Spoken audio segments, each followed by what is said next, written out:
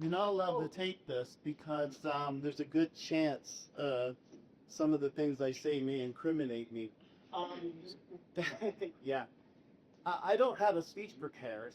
What I would just like to speak to, and if I start to cry, just deal with it.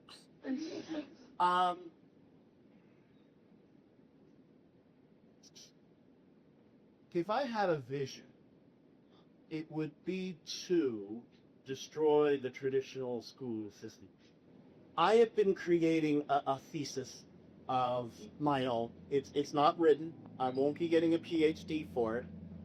But I honestly think that most of the challenges that we're facing in today's world are stemming from a system of hierarchy and ranking and a system of grading that actually inhibits true growth and learning in students. I fundamentally believe that. When we see leaders around the world unable to compromise, unable to make decisions that are best for all of humanity, for a just world, I will say that that comes from the educational system that we have been developing and having for the last 80 to 100 years. So I think the importance then of this program is shifting the focus to the collaboration. You all know it's the hard part, right? The critical thinking, it's in the system. The creativity is there, but the ability to compromise, the ability to see each other for what you can bring to the table when you work with each other, right? I could go on. That's really the center focus of my dream for education. I'm gonna miss this place and all of you tremendously. Thank you.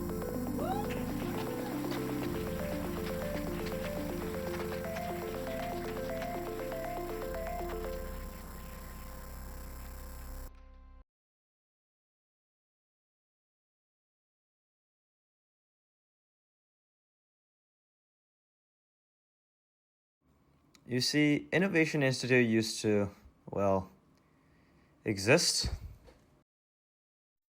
Students melted the earth, pulled the bus, and even had their little propaganda video. The solution to modern day problems can seem out of reach, but here in Inno, we try to get a little bit closer. And all of this is going to an end. But what exactly was the Innovation Institute? Before it was a building, Inno was a belief, a radical one, that students didn't need to be told what to care about, that they could lead their own learning, and maybe lead the future. In 2014, Mr. Gran, Mr. Linzel, and their colleagues began building something strange, exciting, and different. It was more than just a new curriculum. It was a rebellion against tradition. A declaration that education could be more. It was something that pushed against our common educational institutions. It was an innovation.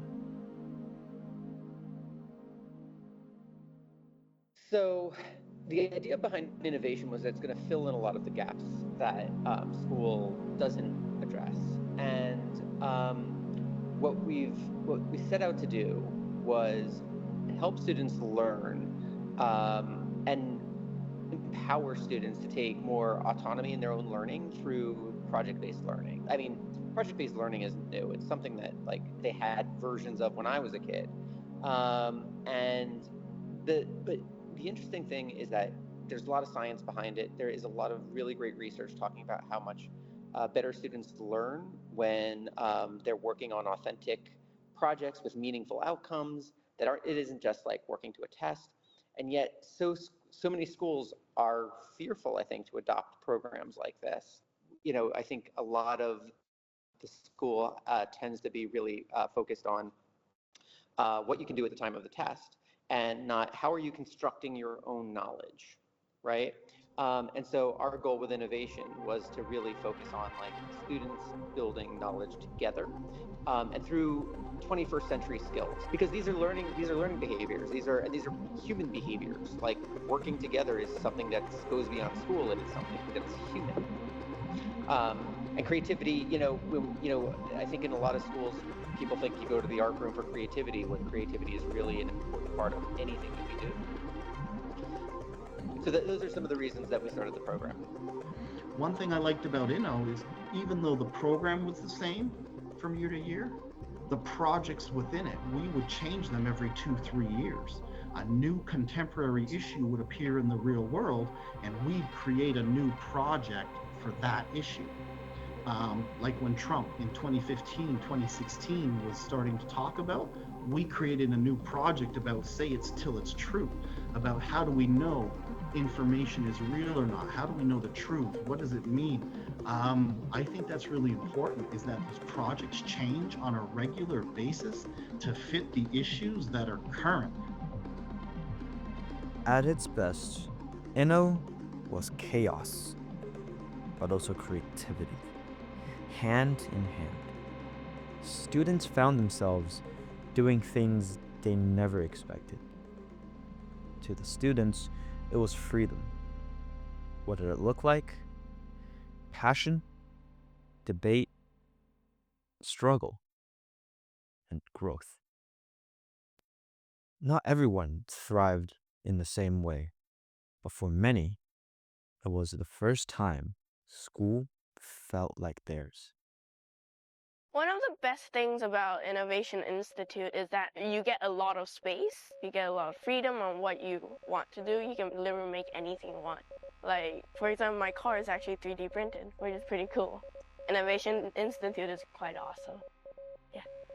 I think when I learned about Inno, I just told my parents, and I don't think I gave them a choice.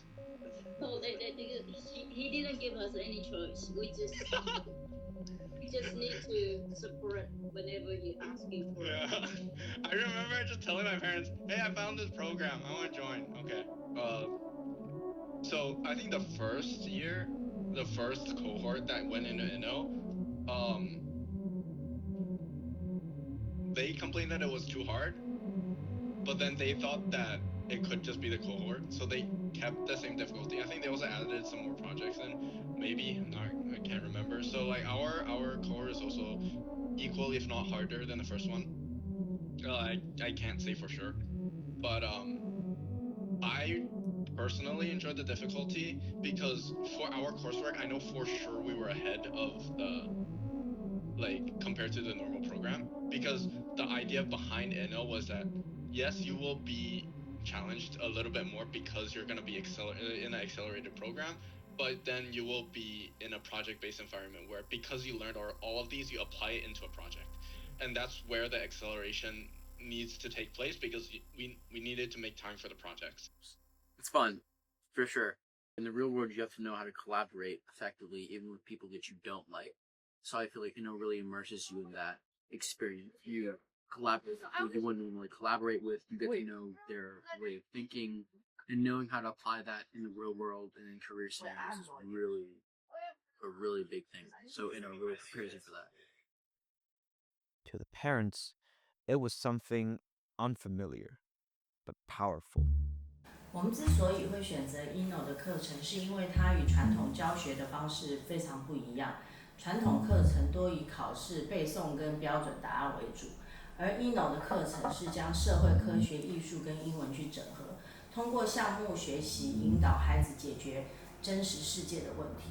Inno 的课程强调的是思维训练、团队合作、创新能力跟解决实际问题的能力。这种跨学科以实际为主的方式，我希望我的孩子不仅仅是在应试教育中取得好成绩，更重要的是能在未来社会中拥有独立思考和解决问题的能力。所以在了解这个课程教学的理念之后，我跟小孩都非常的感兴趣。To the teachers, it was possibility, a rare chance to see students think with no ceiling. They weren't just delivering content, they were building culture, watching growth happen in real time. Gone were the archaic prisons of traditional educational thought. So I have heard about the Innovation Institute for many, many years. And when I came to Shanghai American School and had my first year as the science teacher in the Innovation Institute, when I went home that next summer, I told everybody I had had my very best year as a professional teacher, which is now over 25 years. It was the greatest professional experience in my life. We were all part of the Innovation Institute team, willing to give up the regular classroom experience, believing in a project-based learning environment, and in particular, being responsive and assessing and evaluating the TTG goals that are front and center on the Shanghai American School website as being the most important thing. But as the program grew, something began to shift. A quiet lockdown. Everything changed as COVID-19 hit. Politics, the economy, and the Innovation Institute. And that led to the beginning of the end. I felt for the last few years the real difficulty was during the COVID time when the program, you guys put in a lot of work, and the real growth that you undergo only becomes visible when you have those days where you can present. Those presentation days, we used to call them exhibition days, gala days, whatever, when you have the gallery walk and you're up there and having to defend your ideas and your work, and you have parents and you have administrators and you have other students and teachers and experts, that to me should be the selling point of the program. And during COVID, we couldn't do that. It was all online. And in the community, when so many people within the community itself don't understand the complexity, well, then you don't gain traction. It becomes very difficult for the school to market it to the parents and to the grade 7s and 8s. And then kids just don't sign up.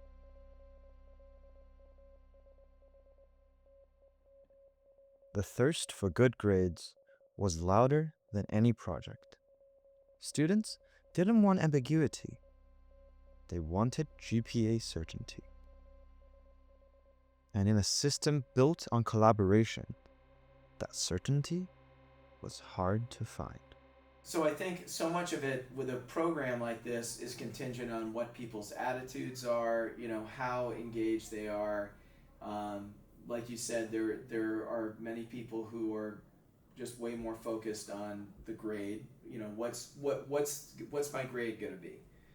Yeah, we did the project. That's fine.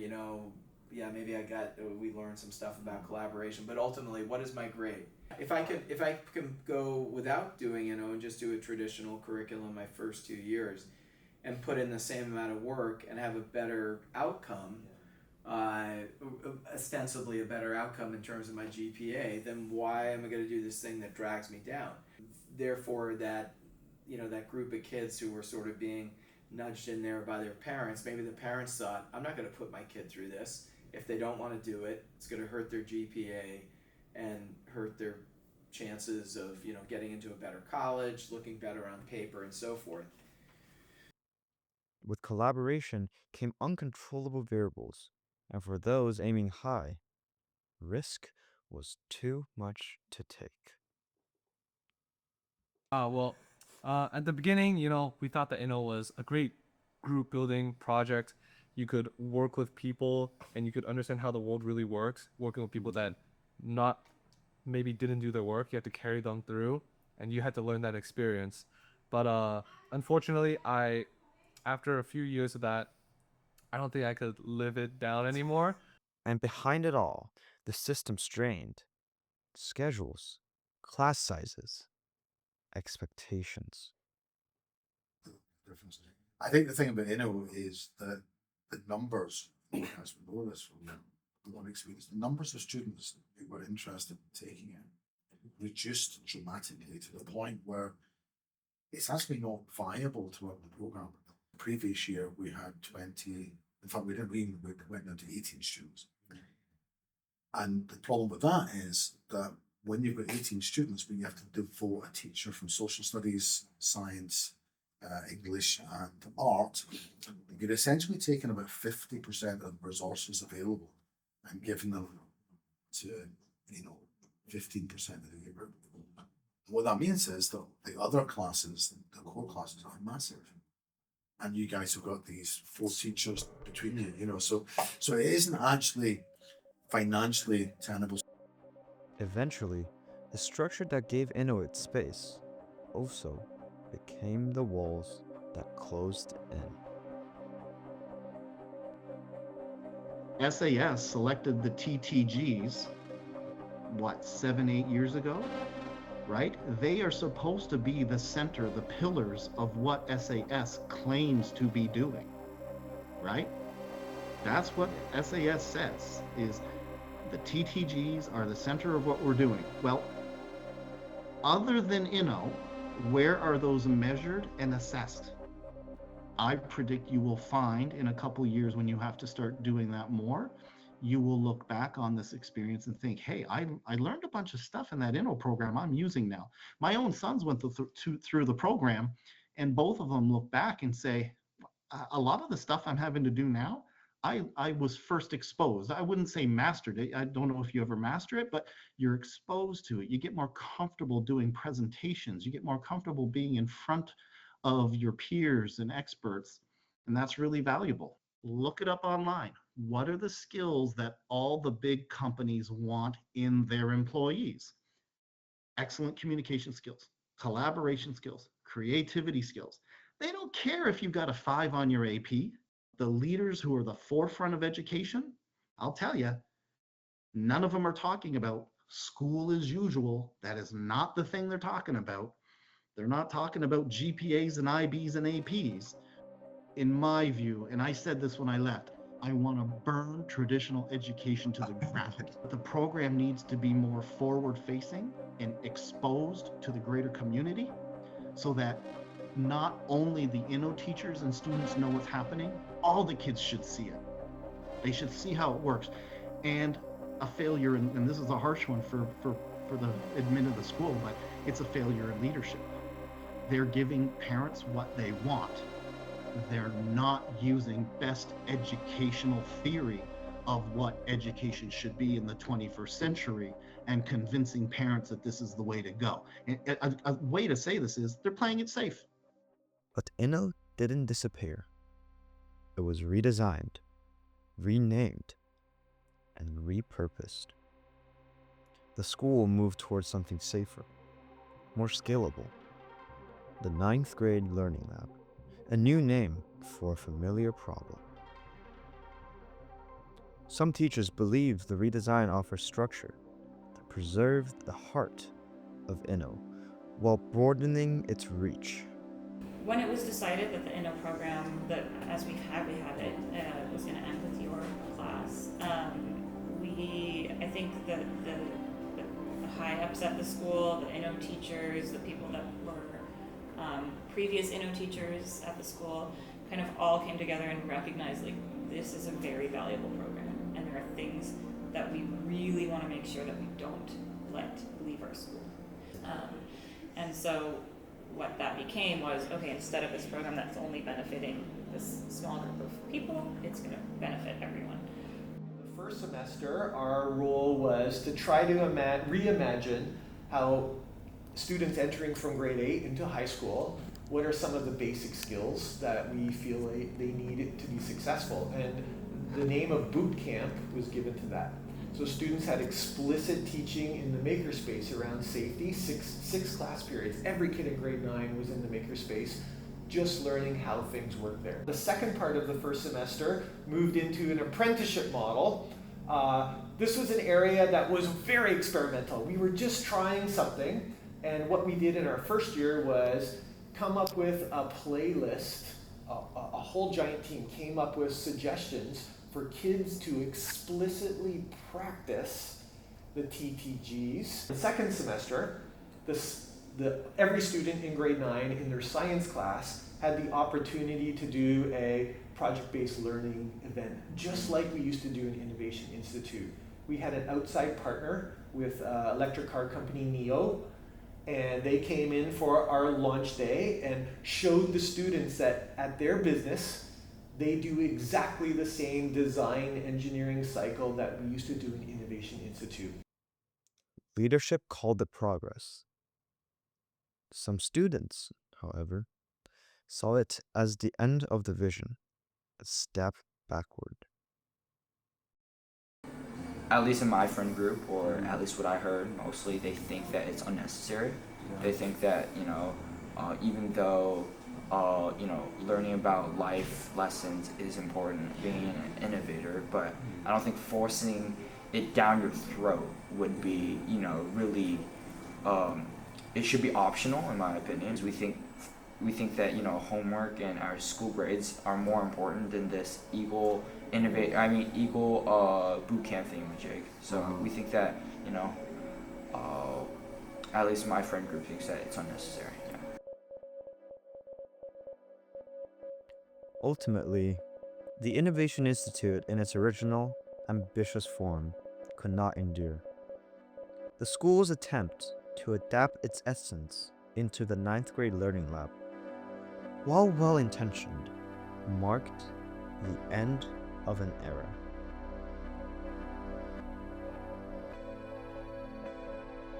Though the lights dim on Inno, its true value and vision weren't fully grasped by all.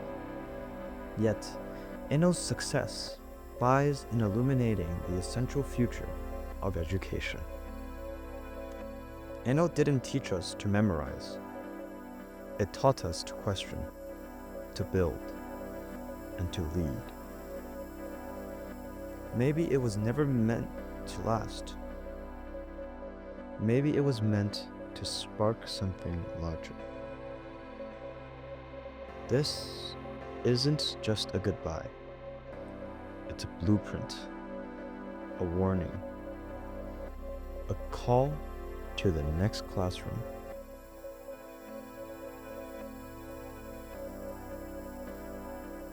And yet Inno was just the beginning.